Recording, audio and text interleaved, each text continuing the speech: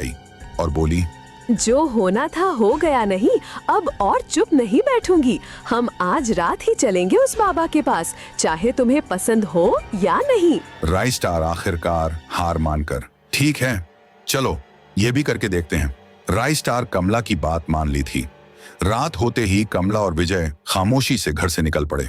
कुछ घंटों के थका देने वाले सफर के बाद वे थुंग थुंग बाबा के जंगल में पहुंचे। बाबा अभी भी उसी सूखे पेड़ के नीचे हवा में उड़ते हुए तपस्या कर रहे थे। जैसे ही दोनों उनके सामने आए, बाबा एकदम से बोले, मुझे पता था तुम दोनों यहाँ जरूर आओगे। तेरी पत्नी कमला ने मुझे सब कुछ पहले ही बता दिया है।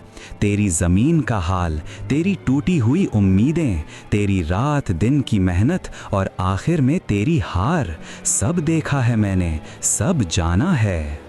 मगर अब और डरने की कोई जरूरत नहीं है। ये सब बहुत जल्द बदलने वाला है। उन्होंने कठोर शर्त रखी, बस एक ही बात याद रखना, तुम्हें वही करना होगा जो मैं कहूँगा, बिना किसी सवाल के और बिना किसी शक के। मेरी बात ध्यान से सुन। कल रात तुम अकेले आना, तुम्हारे साथ कोई नहीं होगा, तुम्हारी बीवी तक नहीं। ये साधना सिर्फ तुम्हें अकेले ही पूरी करनी होगी। अगर किसी को भी साथ लाए तो सब कुछ बेकार हो जाएगा। राई स्टार ने सवाल किया, अकेले? पर क्यों? बाबा ऐसा क्या होगा?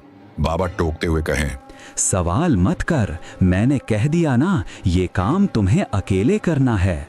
तुम्हारी किस्मत तुमसे नाराज है और उसे मनाना है तो तुम्हें अकेले ही उस रास्ते पर चलना होगा। अब जाओ और आज रात शांति से सो लो, क्योंकि कल की रात, हाँ, वही तुम्हारी जिंदगी की सबसे लंबी रात साबित होगी।